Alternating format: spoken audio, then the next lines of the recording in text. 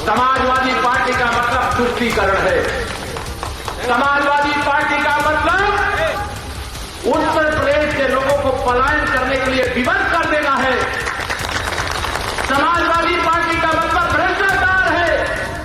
Samajwadi party का मतलब उत्तर प्रदेश में याद नहीं होगा, याद दिला रहा हूं आपको, आज जो श्री अखिलेश यादव जी कहते हैं हम 300 यूनिट बिजली फ्री देंगे। अरे श्री अखिलेश जी शर्म करो, शर्म करो। जब आपकी सरकार थी तो लोग बिजली की तार में कपड़े सुखाने का काम करते थे, बिजली आती थी। नमस्कार। सपा मुखिया अखिलेश यादव के लिए उत्तर प्रदेश के उप मुख्यमंत्री का ये गुस्सा उस वक्त फूटा जब वो बरेली में जनता को संबोधित कर रहे थे। यूपी में विधानसभा चुनावों को लेकर प्रचार कर रहे मौर्य रविवार को बरेली पहुंचे। यहां पर पहले तो मौर्य ने डोर टू डोर कैंपेन किया, जनता से वोट की अपील की और उसके बाद जब जनता से रूबरू हुए तो अपनी सरकार के न सिर्फ काम गिनवाए बल्कि सपा को जमकर आड़े हाथों ले लिया।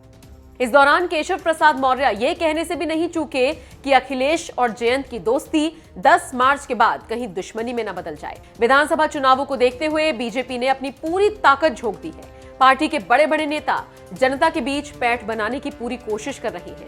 इसी कड़ी में पहले तो अमित शाह बरेली पहुंचे और रोड शो किया और उनके बाद शनिवार को मौर्य ने घर घर जाकर वोट मांगा। इसके बाद उन्होंने प्रेस कॉन्फ्रेंस की जिसमें वो बेहद आक्रामक अंदाज में दिखाई दिए। मौर्य इस दौरान ये भी कहने से नहीं चूके कि अखिलेश यादव को शर्म आनी चाहिए कि वो 300 यूनिट फ्री बिजली का वादा कर रहे हैं, जबकि सब जानते हैं कि जब उनकी सरकार थी तब लोग तारों पर कपड़े सुखाते थे क्योंकि बिजली आती ही नहीं थी। इस दौरान मौर्य ने अखिलेश और जयंत की दोस्ती पर भी निशाना साधा और कहा कि 10 मार्च के बाद कहीं ये दोस्ती दुश्मनी में न बदल जाए। केशव प्रसाद मौर्य ने क्या कुछ कहा, चलिए आपको भी सुनवाते हैं। सारी बातें हैं जो मैं कह सकता हूं, उसके बीच में आप दीवार आपको खड़ी करने का काम करना है। ये महाभारत के युद्ध जैसी कई बार परिस्थितियां आ जाती हैं, लोगों को लगता है वो व्यक्ति को देखते हैं, लेकिन व्यक्ति को देखने से कभी समाज का भला नहीं होता है। समाजवादी पार्टी का मतलब गुंडागर्दी है। समाजवादी पार्टी का मतलब दंगागर्दी है। समाजवादी पार्टी का मतलब तुष्टीकरण है। समाजवादी पार्टी का मतलब उत्तर प्रदेश के लोगों को पलायन करने के लिए विवश कर देना है। समाजवादी पार्टी का मतलब भ्रष्टाचार है। समाजवादी पार्टी का मतलब उत्तर प्रदेश में याद नहीं होगा, याद दिला रहा हूं आपको, आज जो श्री अखिलेश यादव जी कहते हैं हम 300 यूनिट बिजली फ्री देंगे। अरे श्री अखिलेश जी शर्म करो, शर्म करो। जब आपकी सरकार थी तो लोग बिजली की तार में कपड़े सुखाने का काम करते थे, बिजली आती थी नहीं। करते थे कि नहीं करते थे बताइए मुझे। ये कहें हम बिजली फ्री में देंगे, जब बिजली जिनको देना नहीं वो फ्री का वादा कर रहे हैं, कह रहे हम आएंगे तो गंगा नहीं होगा। अरे श्री अखिलेश जी जब आप मुख्यमंत्री थे तो तुम्हारे चचा मोहम्मद आजम खान ने मुजफ्फरनगर के बहन की बेटी, बहन की रक्षा करने वाले 2 भाइयों को जिन अपराधियों ने मौत के घाट उतार दिया था उनको पुलिस ने पकड़ लिया था, लेकिन आपके चचा ने फोन करके उनको छुड़वाया। इसके कारण मुजफ्फरनगर दंगा। भारतीय जनता पार्टी की सरकार में कोई दंगाइयों को संरक्षण दिया जाता है क्या? अपराधियों को संरक्षण दिया जाता है क्या? माफियाओं को संरक्षण दिया जाता है क्या? हमारी सरकार आप सबकी सरकार। हमारे प्रधानमंत्री जी कहते हैं सबका साथ, सबका विकास, सबको सम्मान, सबको स्थान। और यह सबका साथ, सबका विकास करते हुए जितनी भी योजनाएं आए आप सब उसके साक्षी हो। नजर दौड़ाना, हमारे प्रधानमंत्री जी की नीचे से आए ऊपर की, नीचे के व्यक्ति की पीड़ा क्या होती उसको पहचानते। प्रधानमंत्री उज्ज्वला योजना में 2.5 करोड़ परिवारों को गैस का कनेक्शन फ्री में मिल जाए। अगर नरेंद्र मोदी जी प्रधानमंत्री नहीं होते तो क्या गरीबों के घर में भी गैस का सिलेंडर पहुंच पाता क्या? माननीय नरेंद्र मोदी जी के नेतृत्व में सरकार थी है, इसलिए प्रधानमंत्री किसान सम्मान निधि योजना, जो किसान हैं जिनके पास जमीन है उनके नाम 2-2 हजार रुपया की 3 किस्त एक वर्ष में 6,000 रुपया सीधे दिल्ली से भेजते हैं। आप तक पहुंचता है कि नहीं पहुंचता बताइए। सपा बसपा कांग्रेस की तिकड़ी की सरकारों का मतलब इनका एकदम सिस्टम फिक्स था कि अगर हम 100 रुपया भेजेंगे दिल्ली से चाहे लखनऊ से, तो यह बेईमान कहते थे कि उसमें से 85 रुपया हमारा। और देश की संसद में बड़े बुजुर्ग यहां पर बैठे हैं, उनको याद होगा देश के प्रधानमंत्री हुआ करते थे राजीव गांधी। उन्होंने संसद में खड़े होकर के कहा हम योजना तो बनाते हैं गरीबी दूर करने के लिए, लेकिन दिल्ली से जब पैसा भेजते हैं तो पहुंचते 1 रुपया में से जिसके पास पहुंचना है 15 पैसा पहुंचता है, 85 पैसा तो बीच में खा जाते हैं। याद है किसी को? संसद में खड़े होकर के कहा। लेकिन मेरे 56 इंच के सीने वाले और आपके आशीर्वाद से देश के प्रधानमंत्री बने माननीय श्री नरेंद्र मोदी जी, अगर 2,000 रुपया भेजते हैं तो पूरा 2,000 रुपया आपके खाते में आता है कि नहीं आता? 2 लाख करोड़ रुपया अब तक दे चुके हैं किसान सम्मान निधि के रूप में। अगर ये सपा बसपा कांग्रेस वालों की सरकार होती तो 30,000 करोड़ रुपया मिलता मेरे किसानों को और 1,70,000 करोड़ रुपया मिलता इन बेईमानों को। यह काम करके मोदी जी ने अच्छा किया है कि गलत किया है? दोनों हाथ उठा के बताइए, बेईमानी बंद करके अच्छा किया बुरा किया? लेकिन जो बेईमानी करने वाले हैं उनको लगता है कि मोदी जी ने बहुत बुरा किया। मैं आप सब लोगों से यहां पर कहना चाहता हूं कि हम ईमानदारी के पथ पर चलने वाले हैं, ईमानदारी के पथ पर चल रहे हैं और ईमानदारी के पथ पर ही चलेंगे। हमारी सरकार का मतलब गुंडागर्दी को खत्म कर देना है तो गुंडागर्दी खत्म कर देने का काम करेंगे। समाजवादी पार्टी के प्रत्याशियों की, गठबंधन के प्रत्याशियों की सूची आप में से अनेक लोगों ने देखी होगी। इनकी पहली सूची ही दंगागर्दी, गुंडागर्दी, बम बनाने की, तमंचा बनाने की फैक्ट्री, दंगा लोगों को पलायन करने के लिए मजबूर करने की फैक्ट्री चलाने का सर्टिफिकेट समाजवादी पार्टी ने अपने प्रत्याशियों की सूची जारी करके ही दे दिया। कोई जेल में पड़ा है उसको टिकट दे दिया, कोई बेल में है उसको टिकट दे दिया। लेकिन भारतीय जनता पार्टी की ओर से मैं बताना चाहता हूं, जिन्हें जेल में गुंडागर्दी आपकी चल सकती है चुनाव जब तक आचार संहिता लगी है, लेकिन मैं पूरे विश्वास से कह सकता हूं, आप सबके आशीर्वाद पर के बल पर कह सकता हूं, भारतीय जनता पार्टी की नीतियों और नीतियों के बल पर कह सकता हूं, डबल इंजन की सरकार के माध्यम से जो काम किया उसके बल पर कह सकता हूं, 10 मार्च को जब वोटों की गिनती होगी उत्तर प्रदेश में फिर 300 से अधिक कमल खिलेंगे और भारतीय जनता पार्टी की सरकार बनेगी। और आप सबके भरोसे मैं एक नारा पूरे प्रदेश के अंदर लगाता हूं 2022 के विधानसभा चुनाव कि 2022 के चुनाव में हमने सबका साथ सबका विकास किया है, सबकी सेवा की है, इसलिए 100 में 60 हमारा है, 60% वोट हमारा है। कितना? 100 में 60 हमारा है, 40 में बंटवारा है और बंटवारे में भी हमारा है। क्योंकि हमने अगर सबकी सेवा की है तो मैं जानता हूं घर से भरे हुआ निकल करके जा रहा होगा, जब ईवीएम मशीन के पास पहुंचेगा तो वर्तमान के बारे में सोचेगा और भविष्य के बारे में सोचेगा और आने वाली पीढ़ी के बारे में सोचेगा, तो उसे कमल के फूल की बटन दबाने के अलावा कोई विकल्प दूसरा नजर नहीं आएगा। आप सब जानते हैं मैं बिजली की चर्चा किया, सड़क की चर्चा करूं, पानी की चर्चा करूं, जो भी चर्चा करूंगा, हर चर्चा का मैं चर्चा करूंगा तो उसका उत्तर आप दे सकते हैं कि उन्होंने कहा, लेकिन हमने कहा उससे ज्यादा किया। कब किया? जब 1.5 साल कोरोना की महामारी का संकट भी हमारे देश और प्रदेश में था, कोई भूखा न रह जाए। प्रधानमंत्री गरीब कल्याण अन्न योजना के माध्यम से प्रति यूनिट 5 किलो राशन निःशुल्क देने का काम किया गया।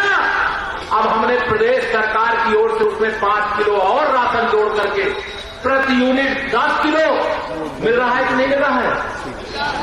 इस बार हमने उसके साथ में दाल भी देने का काम किया, तेल भी देने का काम किया, नमक भी देने का काम किया, और जो अंत्योदय कार्ड धारक हैं उनको चीनी भी साथ में देने का काम किया। मैं आप सब लोगों से जाकर हमने सबका साथ सबका विकास किया है, तो सबका आशीर्वाद पाने का हक हमें है कि नहीं है? अगर हमने 4 घंटे से 18 घंटे से 24 घंटे तक नगर और ग्रामीण क्षेत्र तक बिजली दी है, तो हमें 2017 से ज्यादा आशीर्वाद आपका पाने का हक है कि नहीं है? अगर हमने जिस वादे के साथ सत्ता में आए थे उस वादे को हमने पूरा किया है, तो आप भरोसा रखिएगा ये 2017 से 22 का जो देखा है आपने कार्यकाल, ये तो टेलर था टेलर, और 2022 से 27 के बीच में कार्यकाल होगा वह असली फिल्म उत्तर प्रदेश की जनता की सेवा से समर्पित करने का काम करेगा। हमारी सरकार ने अनेक क्षेत्रों में काम किया। सपा बसपा की सरकार थी, बताओ मेरे भाई बहन, बिना पैसा दिए किसी प्रतिभाशाली से अधिक प्रतिभाशाली बच्चा हो, बिना पैसा दिए नौकरी मिलती थी, कैंडिडेट मारो मिलती थी। हमने लगभग 5 लाख नौकरियां उत्तर प्रदेश के अंदर सरकारी नौकरियां दी हैं, और मंच में खड़े होकर के डंके की चोट पर कहते हैं कि एक भी बच्चे को 1 रुपए खर्चा किए बगैर प्रतिभा के आधार पर हमने उत्तर प्रदेश में नौकरियां दे दी। 4 लाख करोड़ से अधिक का निवेश उत्तर प्रदेश के अंदर आया। 15,000 किलोमीटर हमने राजमार्ग, मुख्य जिला मार्ग, अन्य जिला मार्ग, ग्रामीण मार्ग बनाए हैं, और 6,000 किलोमीटर हमने राष्ट्रीय राजमार्ग बनाए हैं, एक्सप्रेस वे बनाए हैं। जो यहां सोच तो सकते हैं, कहते हमने ये काम किया है। अरे श्री अखिलेश जी, स्टिकर लगाने से आपने काम किया है कोई मानने वाला नहीं। अगर आप काम किए होते तो 2017 में 225 सीटों से सिमट करके 47 पे नहीं आ जाते। आप मुख्यमंत्री के उत्तर प्रदेश के 2014 का लोकसभा चुनाव हुआ था, उस चुनाव में उत्तर प्रदेश की जनता ने माननीय नरेंद्र मोदी जी को देश का प्रधानमंत्री बनाने के लिए हमें 73 सांसद दिए थे। मैं भी सांसद बन के गया था, धर्मेंद्र जी भी उसमें सांसद बनते गए। 2019 के लोकसभा चुनाव में सपा बसपा कांग्रेस लोकदल सब एक हो गए। ये एक होकर के मतलब केवल सरकार बदलने के लिए एक नहीं हुए थे। जो प्रबुद्ध लोग हैं यहां सब अलग अलग क्षेत्रों से मुझे बताया गया, सब प्रबुद्ध लोग हैं, प्रभावी लोग हैं, वह जानते हैं, वह सब चाहते हैं कि 100 रुपया में से जो 85 रुपया हमारा है वह भी मोदी ने जाकर के गरीबों और किसानों की सेवा में समर्पित कर देने का काम किया है। इसे जब तक मोदी जी को नहीं हटाओगे तब तक बेईमानी का रास्ता नहीं खुलेगा। इसलिए सारे विरोधी एक हो गए। लेकिन मैं धन्य है उत्तर प्रदेश की जनता, धन्य है बरेली और आंवला लोकसभा क्षेत्र की जनता, यह सारे विरोधी एक हो गए। तब भी आपने हमें 64 सांसद, 51% वोट, मेरे सांसद जी बता रहे हैं 1.5 लाख वोट से आपने जिताने का काम। अगर ये सब मिल गए, उसके बाद भाजपा का विजय रथ आपके आशीर्वाद के बल पर नहीं रोक पाए, तो 2022 में रोक लेंगे क्या? दोनों हाथ उठा बताइए, रोक लेंगे क्या?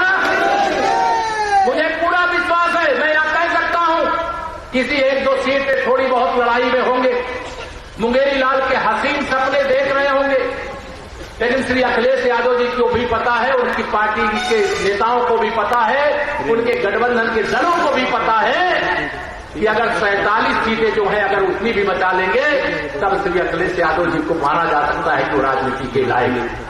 जो सत्ता में रहकर लगातार 2 पराजय लोकसभा और विधानसभा, और जो विपक्ष में रहकर, मैं सवाल पूछता हूं आज भित्री चैनपुर विधानसभा के मंच से, श्री अखिलेश यादव जी आप उत्तर प्रदेश की जनता को जवाब दो।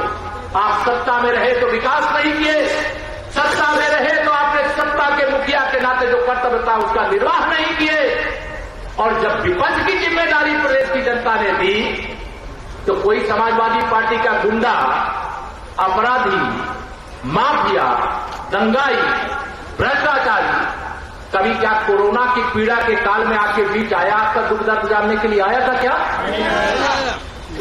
श्री अखिलेश यादव जी, आप बताओ कहां थे? 5 साल में कितने दिन विदेश में थे? कितने दिन देश में थे?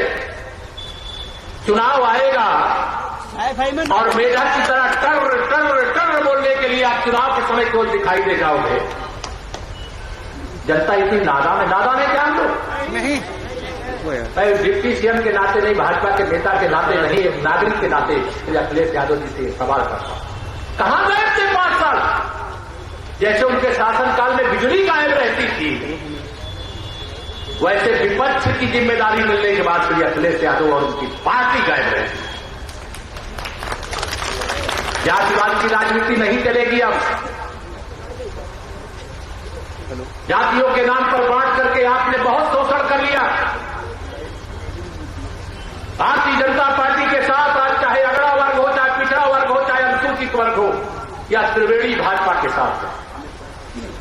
इस त्रिवेणी के सामने सारे विरोधी चाहे जितनी दीवारें खड़ी करें, उनकी दीवार को ढहाने की ताकत आपके पास।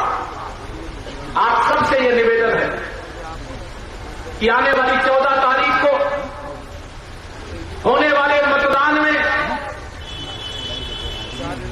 एक बात और याद दिला करके, क्योंकि विकास के लिए लक्ष्मी जी पैसे की आवश्यकता होती है कि नहीं होती बताओ? और लक्ष्मी जी क्या साइकिल में बैठ के आएंगी? कमल पे। हाथ के पंजे पे बैठ के आएंगी? कमल पे। हाथी में बैठ के आएंगी? नहीं आ सकती है। उनको कमल का फूल चाहिए,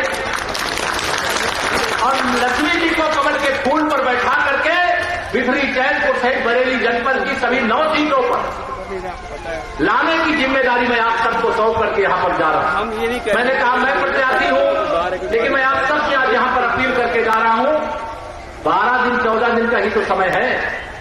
डॉक्टर साहब राजनीति में पहली बार आए हैं ना? कितनी शराफत से, कितनी सरलता से, कितनी विनम्रता से अपनी बात आप सबके सामने रख रहे थे, मैं सुन रहा।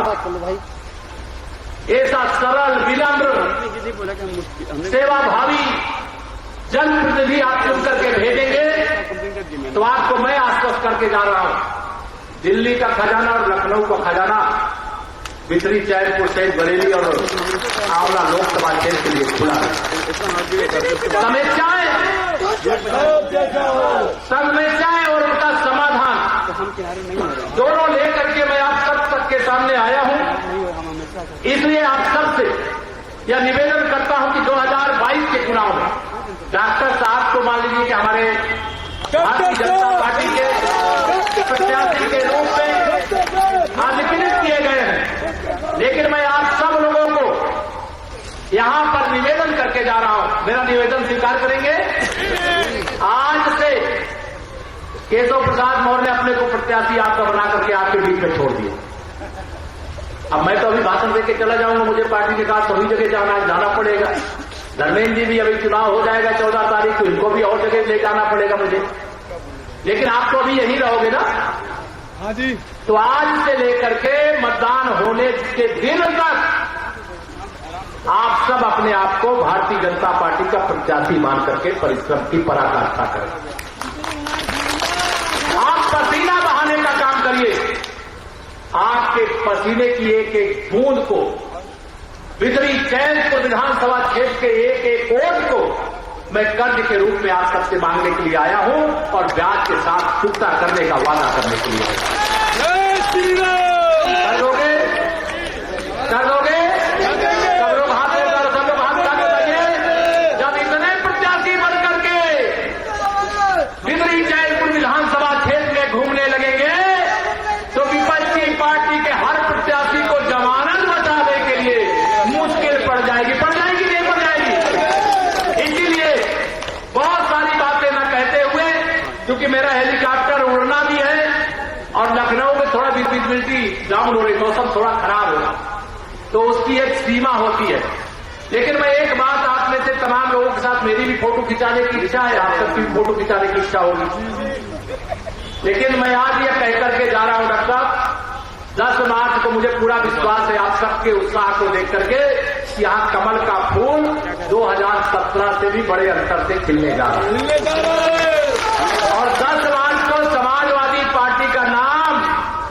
प्रदेश की जनता बदल करके समाजवादी पार्टी रखने जा रही है। और सपा हो, बसपा हो, कांग्रेस वालों के पास तो फोटो खिंचाने वाले बच्चे और बाकी कोई बच्चा नहीं, आप सब जानते हैं। बहुजन समाज पार्टी का क्या हाल है आपको मुझे बताने की आवश्यकता नहीं है।